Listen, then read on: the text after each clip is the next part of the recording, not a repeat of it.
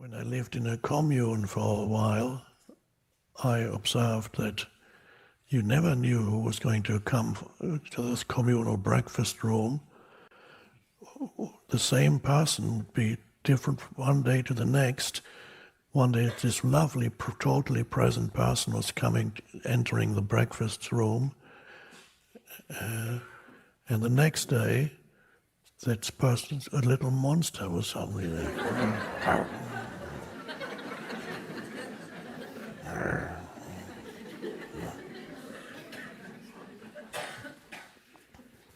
Or didn't say a single word, just a dark cloud. Instead of a human being, there was a dark cloud sitting there.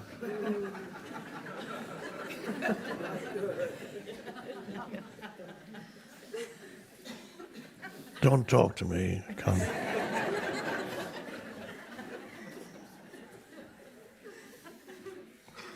Everything is so horrible, everything. Or somebody who is some mischievous entity that wants to provoke you into some kind of emotional reaction and says something hurtful. It knows exactly how to push your buttons. Come on, give me a reaction. And you find that with people living together, the same person that you dated suddenly comes with says something hurtful or offensive, and before you know it, you are reacting. And then you feel the transformation happening to yourself also. And suddenly two completely different humans are there, and they're not happy, but they are enjoying their unhappiness. I'm talking about the pain body. Those humans are enjoying the drama of the relationship. So if you have lived with somebody, there may be exceptions to this, but in many, many cases you will have experienced, and perhaps to some extent you still do, the transformation that many human beings undergo periodically when they become deeply negative. And whatever form it takes, which varies from person to person, all we know is it's a very dark negative energy field that suddenly takes them over. They are taken over by something that they seem to have no control over. And that's a shock when you first notice that in your partner, and now you've committed yourself. You've already signed the marital contract, or at least you've signed a rental agreement together, and suddenly you have serious doubts about this person. And it could be that you did not remain conscious when this person was taken over by the unconsciousness, because the unconsciousness that we call the pain body probably succeeded in provoking you so that you yourself got taken over by a similar energy field. You could not sustain presence because the onslaught of a pain body can be very powerful. And so before you know it, you're acting out relationship drama, shouting at each other, whatever, or saying the most hurtful things, and you're doing it to each other. And why is that? And why? First time it's a shock, and then after a while you make up and say, oh, okay, it wasn't so bad. And then a couple of weeks or whatever later, it happens again. And it could even be that this time you initiate it. It's not impossible.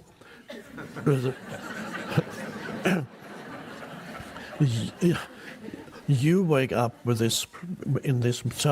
your mood is suddenly so different that it colors your entire personality, this dark mood. And you feel the strong urge to provoke the other into some kind of reaction because you want the other to enter a similar mood, so you can resonate with, but who are you at that moment? You're not you at all. You are the pain body. Now what is that? It's an emotional field that lives in you since childhood. It has grown. It consists of emotional pain, emotional suffering. Every child in this world suffers in one way or another emotional pain, because after all you live in an insane world. How could you not suffer from emotional pain? So a child builds up pain. There's always remnants after the child is emotionally hurt. Remnants remain, and the one remnant after another, they come together and form an emotional field. So the way I describe it, it's almost like an entity, an emotional entity, because by entity I mean it's an energy field. It's not visible, but it's energetic. It's an energetic energy field, an emotional energy field that lives in you. But it's not always not necessarily noticeable. Sometimes, and this is, you may be able to have observed it already, it has a dormant state when you hardly notice it, you're fine. So the pain body is sometimes, and how long it is dormant varies from person to person. There's a dormant state, but it cannot remain in its dormant state for too long because it gets hungry. That's how I see it. Now, when it gets hungry, it needs to feed on more energy. The only energy it can feed on, it cannot feed on happiness or joy.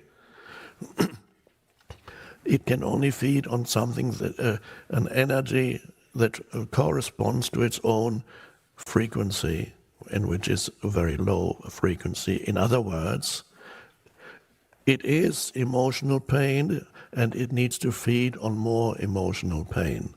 It can only feed on a similar vibrational frequency or emotional frequency.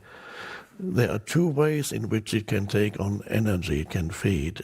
It can use another person, and when it uses another person, this thing, let's look at it as a little entity that lives in you, and this thing it borrows some of your intelligence, and it's very, very clever, because the first person, it will attempt first of all to use a person it lives with, the person you are closest to you, might attempt to use this person to feed. Or how does it feed?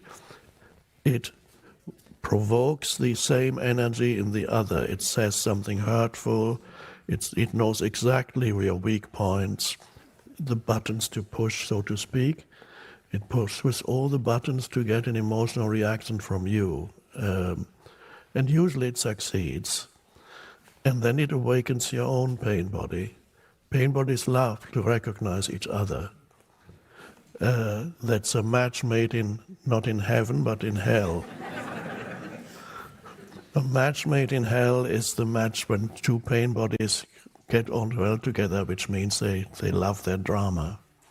And there are couples who go through that periodically, and they can't do anything about it. They don't know what it is.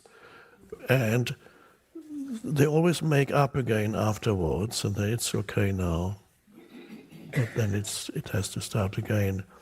So when the drama happens, the pain body is feeding. And when this happens, how long it lasts varies. It could be an hour, it could be a day, it could be 2 days. It feeds on the reaction. It loves the reactivity. So some people have such heavy pain bodies that these are exceptional cases. I don't know what the percentage of humans is who have that. That is never totally dormant. So sometimes you meet people who, when you look into their eyes, there's already negative emotion. When they look at you, there's already negative emotion in their energy field, and what they are waiting is for you to say something that they can react against. They want you. They want some of those people are violent. So they want you to react emotionally to them, and so they're just waiting. Just say any word, and if you have to be really present. A member of my family was suffering from paranoid schizophrenia, and it was a simple case. There was an emotional entity there that looked. You have to be very careful with every sentence, every word you said, because one wrong word, and the entity would get up there. So whenever I was with that person, I was in a state of absolute presence, just.